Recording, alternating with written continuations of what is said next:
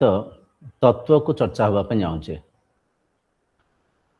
ସର୍ବପ୍ରଥମେ କହି ରଖୁଛି, ଆଜିର ଚର୍ଚ୍ଚାରେ କାହାରିକୁ ବଡ଼, କାହାରିକୁ ଛୋଟ, କାହାରିକୁ ଠିକ୍, କାହାରିକୁ ଭୁଲ ଦର୍ଶାଇବା ନୁହେଁ। ଦେଖନ୍ତୁ, ସତ ବହୁତ କଠୋର ଥାଏ, ସତ ଟିକେ କଠିନ ଥାଏ। ତ ଆଧ୍ୟାତ୍ମିକତାରେ ଆମେ ଯେଉଁ ପରିକା ଶୁଣିଥାଉ, ଯେଉଁ ପରିକା ଆମ ଚତୁଃପାର୍ଶ୍ୱରେ ସବୁ ଆଚରଣକୁ ଦେଖିଥାଉ, ସେହିପରିକା ମାନିଥାଉ, କିନ୍ତୁ ସତ୍ୟ କ'ଣ ଶାସ୍ତ୍ର ଅନୁଯାୟୀ ଆମେ ତର୍ଜମା କଲେ ବୁଝିପାରିବା। ତେଣୁକରି ଆଜିର ଚର୍ଚ୍ଚାର ଉଦ୍ଦେଶ୍ୟ କାହାରି ଆସ୍ଥାକୁ ଆଘାତ ଦେବା ନୁହେଁ। ଆଜିର ଚର୍ଚ୍ଚାର ଉଦ୍ଦେଶ୍ୟ କେବଳ ଆମ ସମସ୍ତଙ୍କ ବିବେକକୁ ଜାଗୃତ କରିବା। ଆଧ୍ୟାତ୍ମିକତା କ'ଣ? ଠାକୁର କିଏ? ଯେଉଁ ଈଶ୍ୱରଙ୍କୁ ଆମେ ସଞ୍ଜେ ସକାଳେ ଡାକୁଛେ, ପ୍ରାର୍ଥନା କରୁଛେ, ମନନ କରୁଛେ, ଚିନ୍ତନ କରୁଛେ, ସେ ଈଶ୍ୱର କିଏ? କେଉଁଠି ରହନ୍ତି? ବୁଝିପାରୁଛନ୍ତି? ସତ୍ସଙ୍ଗ ମାନେ ସତ୍ୟର ସଙ୍ଗତି କରିବା, ସତ୍ୟର ଚର୍ଚ୍ଚା କରିବା, ସତ୍ୟ ସାଙ୍ଗରେ ଯୋଡ଼ି ହେଇକିରି ମିଥ୍ୟାରୁ ବଞ୍ଚିତ ହେବା ପାଇଁ କରୁଥିବା ପ୍ରୟାସ। ତେଣୁକରି ଆଜି ଟିକେ ଆମେ ବହୁତ ଗଭୀର କଥାକୁ ଚର୍ଚ୍ଚା ହେବା। ଦେଖନ୍ତୁ, ଚର୍ଚ୍ଚାରେ କିଛି କଥା ବୁଝି ହେବ, କିଛି କଥା ବୁଝି ହେବନି। ବେଳେବେଳେ କିଛି ଚର୍ଚ୍ଚା ଭାରି ଭଲ ଲାଗିବ, ଆନନ୍ଦଦାୟକ ଲାଗିବ। ବେଳେବେଳେ କିଛି ଚର୍ଚ୍ଚା ଟିକେ ବୋରିଂ ବି ଲାଗିବ। ଆମେ ସମସ୍ତେ ଜାଣିଛେ, ଆମେ ବହୁତ ଥର ବ୍ୟବହାରିକ ଭାଷାରେ କଥାକୁ କହିଥାଉ, ରୁଚୁ ନ ରୁଚୁ ଖାଅ ପିତା, ବୁଝୁ ନ ବୁଝୁ ପଢ଼ ଗୀତା। ତ ଗୀତାରେ କିଛି ଜିନିଷ ଆମେ ବୁଝି ନ ପାଇଲେ ବି ଆପଣମାନେ ଗୋଟେ ଖାତା ରଖିଥିବେ, କଲମ ରଖିଥିବେ, ଯେଉଁ ଶବ୍ଦ, ଯେଉଁ ସନ୍ଦର୍ଭକୁ, ଯେଉଁ ବ୍ୟାଖ୍ୟାକୁ ବୁଝିପାରିବେନି, ଦୟାକରି ସେଠି ଲେଖିଦେବେ। ଲେଖିଦେଲେ ଆମେ ପଛରେ ତା ବିଷୟରେ ଆମେ ଚର୍ଚ୍ଚା ହେଇପାରିବା, ତାକୁ ଆଉ ଟିକେ ଗଭୀର ଭାବରେ ବୁଝିପାରିବା। ତ ଯେକୌଣସି ବିଷୟବସ୍ତୁ ଯଦି ଆପଣଙ୍କୁ ଟିକେ ଲାଗୁଛି, ବୋରିଂ ଲାଗୁଛି, ଯେତେବେଳେ ଗୋଟେ ଜିନିଷ ଆମେ ବୁଝିପାରୁନଥାଉ, ଟିକେ ଆମକୁ ବୋର୍ ଲାଗେ, ଭଲ ଲାଗେନି, ତଥାପି ମନ ଦେଇ ଶୁଣିବେ, ମନ ଦେଇ ଶୁଣିବେ। ଗୀତାରେ ଏତେ ଅମୂଲ୍ୟ କଥା ସବୁ ଅଛି। ଗୋଟେ କଥାକୁ ଯଦି ଆମେ ବୁଝିଯିବା, ଗୋଟେ ଶ୍ଲୋକକୁ, ମନ୍ତ୍ରକୁ ଯଦି ବିବେକ ହେଇକିରି ପରଖି ନେବା, ନିଶ୍ଚୟ ଆମ ଜୀବନ ପରିବର୍ତ୍ତନ ହେଇଯିବ, ମଣିଷ ଜୀବନ ସାର୍ଥକ ହେଇଯିବ। ବହୁତ ରହସ୍ୟମୟ କଥା ସବୁ ଲେଖା ହେଇଛି। ଆଜି ଆମେ ଭଗବଦ୍ ଗୀତାର 10ମ ଅଧ୍ୟାୟ ଶ୍ଲୋକ ସଂଖ୍ୟା 20କୁ ମାଧ୍ୟମ କରି ସ୍ୱାଧ୍ୟାୟ କରିବା। ସ୍ୱାଧ୍ୟାୟ, ସ୍ୱ ଅଧ୍ୟାୟ, ସ୍ୱଯୁକ୍ତ ଅଧ୍ୟାୟ। ସ୍ୱ ମାନେ କ'ଣ? ନିଜକୁ, ନିଜକୁ ପଢ଼ିବା, ନିଜର ତତ୍ତ୍ୱକୁ ଚିହ୍ନିବା ପାଇଁ ଆମେ ପ୍ରୟାସ କରିବା। ତ ସର୍ବପ୍ରଥମେ ଭଗବଦ୍ ଗୀତା 10ମ ଅଧ୍ୟାୟ ଶ୍ଲୋକ ସଂଖ୍ୟା 20କୁ ଆମେ ଶ୍ଲୋକକୁ ଉଚ୍ଚାରଣ କରିବା। ତାପରେ ସେ ଶ୍ଲୋକରେ ଗୋଟେ ଗୋଟେ ଶବ୍ଦର ଗଭୀର ଅର୍ଥକୁ ମାଧ୍ୟମ କରି ଆମେ ସେ ଈଶ୍ୱରୀୟ ସତ୍ତାକୁ ଚିହ୍ନିବା ପାଇଁ ପ୍ରୟାସ କରିବା। ଶ୍ଲୋକ ଏପରିକା ଅଛି, ଅହମାତ୍ମା ଗୁଡ଼ାକେଶା ସର୍ବଭୂତାଶୟ ସ୍ଥିତଃ ଅହମାଦିଶ୍ଚ ମଧ୍ୟଂ ଚ ଭୂତାନାମନ୍ତ ଏବ ଚ। ଅହମ୍ ଆତ୍ମା। ଭଗବାନ କୃଷ୍ଣ ଭଗବାନ ଅର୍ଜୁନଙ୍କୁ ମାଧ୍ୟମ କରି ଆମ ସମସ୍ତଙ୍କୁ ସେ ଆତ୍ମତତ୍ତ୍ୱକୁ ବୁଝିବା ପାଇଁ ଏଠି ପ୍ରୟାସ କରୁଛନ୍ତି। ଭଗବାନ କୃଷ୍ଣ କହୁଛନ୍ତି, ହେ ଗୁଡ଼ାକେଶ। ଗୁଡ଼ାକେଶ ମାନେ ନିଦ୍ରାକୁ ଜିତିଥିବା ନିଦ୍ରାଜୟ ଅର୍ଜୁନ। ଅର୍ଜୁନ ବହୁତ ପରାକ୍ରମୀ ଥିଲେ। ଅର୍ଜୁନ ବହୁତ ଏକାଗ୍ର ଚିତ୍ତରେ ତାଙ୍କ ଧନୁର୍ବିଦ୍ୟାକୁ ସେ ସାଧିଥିଲେ। ଅର୍ଜୁନ ବହୁତ ବଳଶାଳୀ ଥିଲେ। ଅର୍ଜୁନ ବହୁତ ତେଜ ଥିଲେ। ବୁଝିପାରୁଛନ୍ତି? ଅର୍ଜୁନ ଅଳସୁଆ ନଥିଲେ। ନିଦ୍ରାଜିତ ମାନେ ଅଳସୁଆ ପଣିଆକୁ ଅର୍ଜୁନ ଜିତିଥିଲେ। ତେଣୁକରି ଭଗବାନ କୃଷ୍ଣ ଅର୍ଜୁନଙ୍କୁ ଏଠି ସମ୍ବୋଧନ କରୁଛନ୍ତି, ହେ ଗୁଡ଼ାକେଶ, ହେ ଅର୍ଜୁନ, ଅହମ୍ ଆତ୍ମା, ମୁଁ ଆତ୍ମା। ଏ ଛୋଟ ଶବ୍ଦରେ ବହୁତ ଅର୍ଥ ଲୁକାୟିତ ଅଛି। ଭଗବାନ କୃଷ୍ଣ କହୁଛନ୍ତି, ଅହମ୍ ଆତ୍ମା, ହେ ଅର୍ଜୁନ, ମୁଁ ଆତ୍ମା। ତୁମେ ଯେଉଁ ଏ ଶରୀରକୁ ଦେଖୁଛ, ଏ ଶରୀର ମୁଁ ନୁହେଁ। ଏ ଶରୀର ମୁଁ ଧାରଣା କରିଥିବା ଏକ ବସ୍ତ୍ର। ଧ୍ୟାନ ସେ ବୁଝନ୍ତୁ, ବହୁତ ଗଭୀର କଥା। ହେ ଅର୍ଜୁନ, ମୁଁ ଆତ୍ମା, ମୁଁ ଆତ୍ମା। ଅହମ୍ ଆତ୍ମା ଗୁଡ଼ାକେଶ ସର୍ବଭୂତାଶୟ ସ୍ଥିତଃ। ସର୍ବଭୂତାଶୟ, ସର୍ବ ମାନେ ପ୍ରତ୍ୟେକ, भूत युक्त आशय भूत माने पंचभूतरे ए प्रपंच निर्माण होइछि। पंचभूत कौन? आकाश, आकाशरु वायु, वायुरु अग्नि, अग्निरु जल, जलरु पृथ्वी तत्व। ए पांचटा तत्व रे ए संपूर्ण संसार निर्माण होइछि। से पंचभूतरे निर्माण होइतिबा संसार को पंचभूत भी कहते। तो अहमात्मा गुड़ाकेशा सर्व सर्व माने प्रत्येक भूत युक्त आशय स्थित। आशय माने हृदय। पंचभूत रे गढ़ा होइतिबा प्रत्येक शरीर रे हृदय रे मु विद्यमान अछि। देखंतु कोन कोन सर्व हे अर्जुन अहम आत्मा मु आत्मा मु ये शरीर नुहे।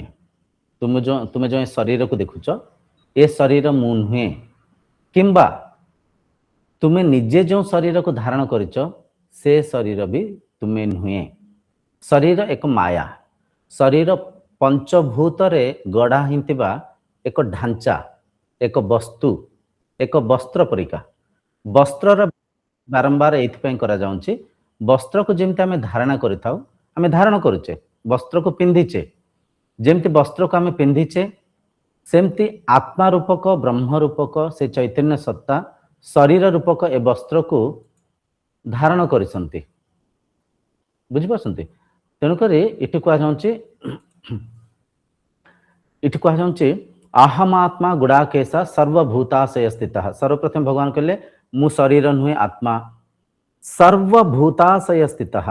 पंचभूत रे गढ़ा हिंतिबा प्रत्येक शरीर मनुष्य मनुष्य भितर जे स्त्री पुरुष शिशु वृद्ध पशु पक्षी कीट पतंग जेतिक भी शरीर अछंती प्रत्येक शरीर आशय रे मु विद्यमान अछि।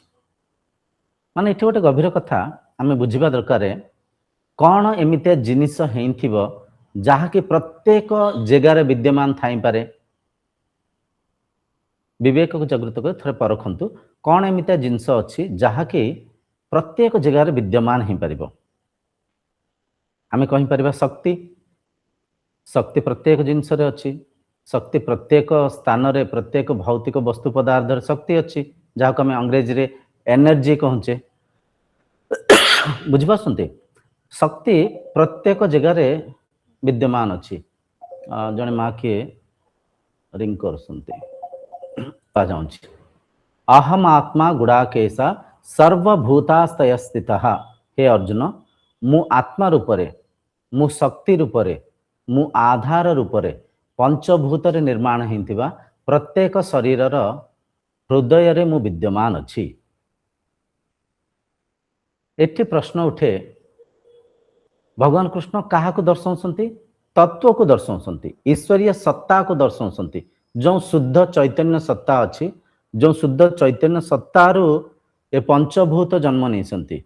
जो ब्रह्मरु जो आत्मारु आकाश, आकाशरु वायु, वायुरु अग्नि, अग्निरु जल, जलरु पृथ्वी तत्व जन्म नैछि। से आत्मा आधार रे ए पंचभूत जन्म नैछि। पंचभूत रे निर्माण हिंतिबा प्रत्येक हृदयर आधार रूपरे से ब्रह्म से आत्मा विद्यमान अछंती। ताहाले इठी गोटे प्रश्न उठे ईश्वर यद्य आत्मा, आत्मार स्वरूप कौन?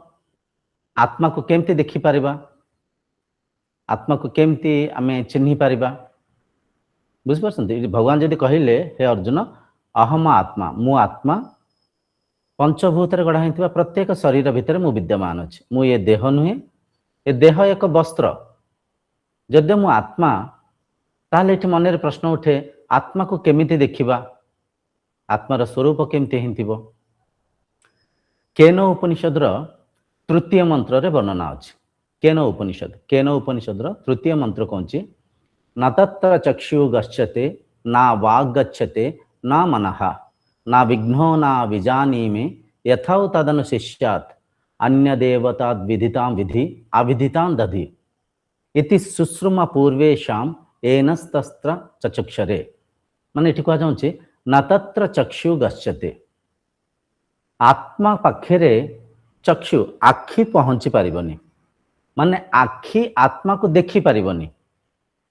आत्मा गोटे एपरिका शक्ति एपरिका विषय से आत्मा को आखि देखी पारिबनी कह जाउछि न तत्र चक्षु गच्छते आखि आत्मा को पाखरे पहुंची पारिबनी माने ता उद्देश्य ता तात्पर्य हला आत्मा को ए चर्म चक्षु रे देखि पारिबानी ना वाक गच्छते वाक माने बाणी आत्मा को आमे तुंडरे ए वाक्य माध्यम रे वर्णना करि पारिबानी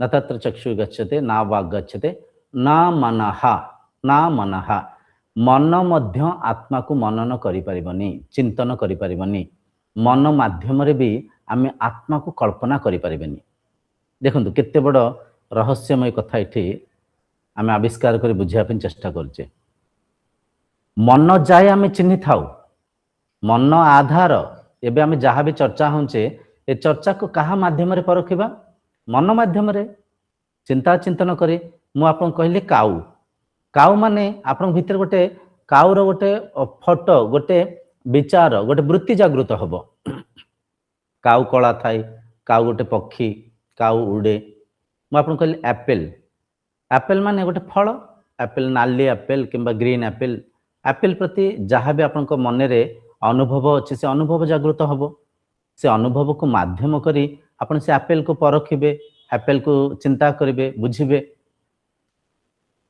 भाषा जहाँ भी मु व्याख्या करुचे ओडिया रे हम चर्चा होचे ये शब्द को आपन कर्णेन्द्रिय माध्यम रे मन रे मनन करुसंती चिंतन करुसंती आ ये वाक्यर अर्थ को ग्रहण करुसंती बुझुसंती परखुसंती किंतु एठी कहा जाउचे नो मनहा मन माध्यम रे आत्मा को मनन करि परिबानी मन माध्यम रे आत्मा को चिंतन करि परिबानी केते अद्भुत कथा एठी कहा जाउचे केते अद्भुत कथा न तत्र चक्षुर्गच्छते न वाक् गच्छते न मनः ताहले आत्मा को केमती चिंतन करिबा केमती मनन करिबा केमती तांको आमे दर्शन करिबा आखि माध्यम रे देखि परिबानी इंद्रिय माध्यम रे से आत्मा को आत्मार शब्द को कान माध्यम रे सुनी परिबानी नासिका नाक माध्यम रे आत्मा को वासना रूप रे भी आमे ग्रहण करि परिबानी जिभ माध्यम रे आमे आत्मा को रुचि रूप रे भी चाखी परिबानी इंद्रिय माध्यम रे आत्मा को ग्रहण करि हबनी बुझी हबनी अनुभव करि हबनी मन माध्यम रे भी मनन करि हबनी चिंतन करि हबनी मन पर तो कौन अच्छी से कथा छाड़तु आमर आमे अधिक रे अधिक मन जाए परखि परिबा मन जाए बुझी परिबा तो जद्य मंत्र कहूची आत्मा को मन माध्यम रे भी मनन करिबानी करि हबनी न चक्षुर्गच्छते ना वाक् गच्छते नो मनः ना विघ्नो ना विजानीमे यथाउ तदनु शिष्यात् जद्य के कहउसंती मु आत्मा को देखि देली मु आत्मा को अनुभव कर देली ताहाले से मिछ कहउसंती जे जदि कहिले मु आत्मा को देखि देली आत्मा कहंतु ईश्वर कहंतु जद्य के कहिबे ईश्वर को मु देखि देली ईश्वर को मु अनुभव कली मते ईश्वर दर्शन देले ताहाले सिठी आमे गोटे मन रे प्रश्न उठिबो दर्शन आपन को देले ठीक अछि जो दर्शन रूपक दृश्य को आपण देखुसंती तांको ईश्वर मानिसंती से दृश्य हेले जद्य ईश्वर से दृश्य को किए देखुसंती किए से द्रष्टा जे दर्शन कले आपण कहबे मु कली अच्छा मु जदी कली मु केमती कली कोंठी कली आपण कहबे कोंठी कली अद्भुत कथा मु भितरे कली दर्शन केमती कली आखि रे कली माने आखि माध्यम रे कोंठी कले आपण कहबे मन रे कली मन रे दर्शन कली अच्छा मन रे कले मन भी माध्यम कहीं मन रे कले मन करूनी धरते कथार गभीरता को आखि माध्यम रे मन माध्यम रे मु दर्शन कली अच्छा मु मन माध्यम रे जद्य दर्शन कली मु मनर ऊर्ध्वरे अछि मु मनर साक्षी भाव रे अछि मु मन को भी देखुची एठी गोटे प्रश्न उठे दृश्य बड़ ना दृश्यर आधार रूपक द्रष्टा बड़ भावंते कथा को बहुत गभीर कथा बहुत ध्यान से कथा बुझिया पे चेष्टा करंतु जने जद्य कहले मु ईश्वर को देखिली ईश्वर को दर्शन कली सेठी प्रश्न उठिबो ईश्वर को जदि तुम्हें दर्शन कल जहाँ को दर्शन कल सी दृश्य जी दर्शन कले सी द्रष्टा सी स्रष्टा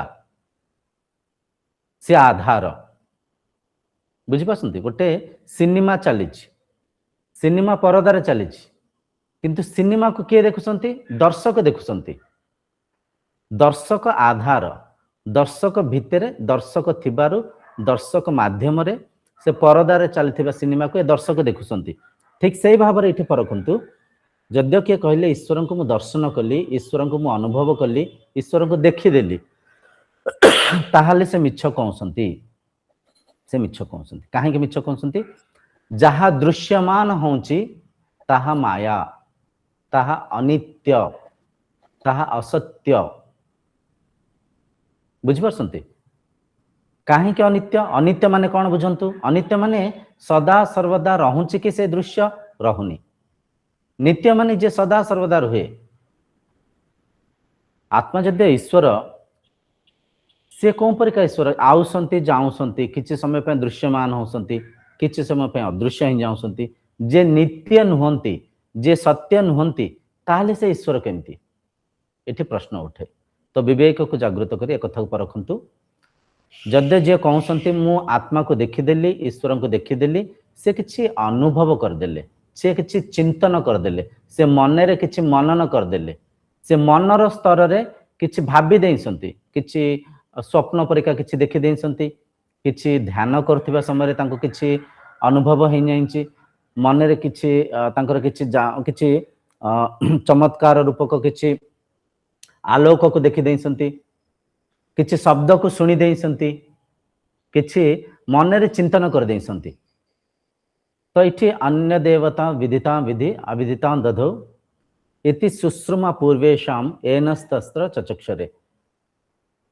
जे कहउसंती ईश्वर को देखिचे से मिछ कहउसंती जे कहउसंती मु ईश्वर को देखिनी देखिनी से तो बिचारा अनुभव करि नांती से तो बिल्कुल अनुभव कर नांती एही परिका आमे आम पूर्व पुरुषों ठारू शुणी आसुचु मंत्र रो अर्थ हेउची आत्मा को आखि माध्यम रे देखि हुएनी आखि आत्मा पाखरे पहुंची परिबनी आत्मा को बाणी माध्यम रे आमे वर्णना करि परिबानी आत्मा को मन माध्यम रे आमे मनन चिंतन करि परिबानी आत्मा आसंतिनी आत्मा जानतिनी आत्मा जन्म हुअंतिनी आत्मार मृत्यु नाही आत्मा वृद्धि हुअंतिनी आत्मा वृद्ध हुअंतिनी जद्य किए कहउसंती आत्मा को मैं देखिली से मिछ कहउसंती जे कहउसंती आत्मा को देखिनी से तो देखि नांती जानि नांती एही परिका आमे आम पूर्व पुरुषों ठारू शुणी आसुचु मंत्रर अर्थ आमे जो बुझुतले प्रथमे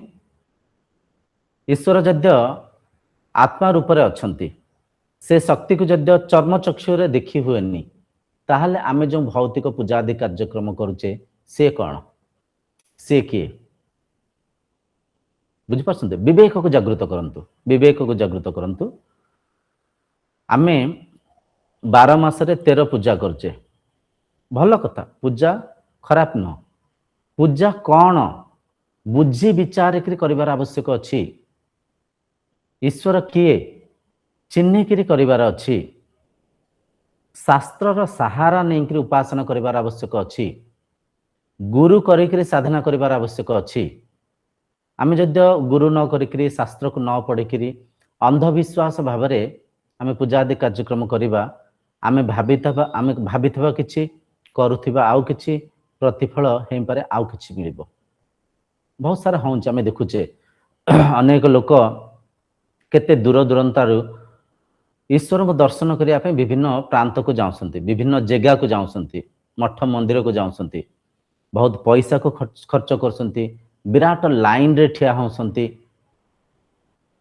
अनेक भोग प्रसाद को किणुसंती घर छाड़िले आपण जानिथिबे असुविधा असुविधा माने घरे जिमते आमे खाउचे पिउचे बसुचे शौच शुद्धि होउचे मलमूत्र त्याग करचे जिमते सुविधा घरे अछि घर बाहर गल तो केते कष्ट ये सब कष्ट को आमे भोगुचे द्वितीय अनेक अंधविश्वास रे मध्य आमे अनेक कार्य करूचे किए बिचरा पंथे खोलिकरी मंगला मां को पूजा कले किए तारिणी मां को नड़िया पठेले विभिन्न योजना करुचे। अच्छा आज जदि ए भौतिक समाज को आम गभीर भाव में परखिबा पूजा पछाड़े आम आकांक्षा कौन रोचे आम इच्छा बांछना कौन रोचे ईश्वर प्राप्ति ना ईश्वर किसी प्राप्ति ध्यान दे बुझंतु ए कथा कहारी को असम्मानित करने कह जाउनी ए कथा कहारी को भूल देखिया कह जाउनी ए चर्चार उद्देश्य शास्त्र जद्य कहूँ आत्मा को चर्मचक्षु देखि पारिबानी बाणी माध्यम आमे वर्णना करि पारिबानी मन माध्यम चिंतन करि पारिबानी ताहले आमे जो ईश्वर को निर्माण करी भौतिक उपासना करछि सी किए बुझी पारसंते परखंते कथा को ए कथा को बुझिया पई चेष्टा करंतु आमे जो ईश्वर को निर्माण करिचे सी हेले माध्यम आमको निर्माण करथिबा ईश्वर को पाखरे पहुंचिया पे माध्यम जेमती छोट पिलाटे प्राथमिक दशारे किछि भौतिक विद्या को अध्ययन करथांती आमे समस्त देखिचे आजकल मांटेसरी पद्धति अच्छी मांटेसरी पद्धति रे कौन हुए छोट पिला को किछि मॉडल्स देखांते गोटे बॉल देखेबे बॉल देखेंगे कहबे बॉल गोटे एप्पल देखेबे एपीएल एप्पल गोटे घोड़ार चित्र को फोटो को देखेबे हॉर्स माने चित्र माध्यम रे मॉडल माध्यम रे लिपि को पढ़िया पई अक्षर अभ्यास करिया पई अध्ययन रे प्राथमिक दशारे भौतिक अध्ययन रे प्राथमिक दशारे मॉडल को चित्र को देखेंकरी से पिला को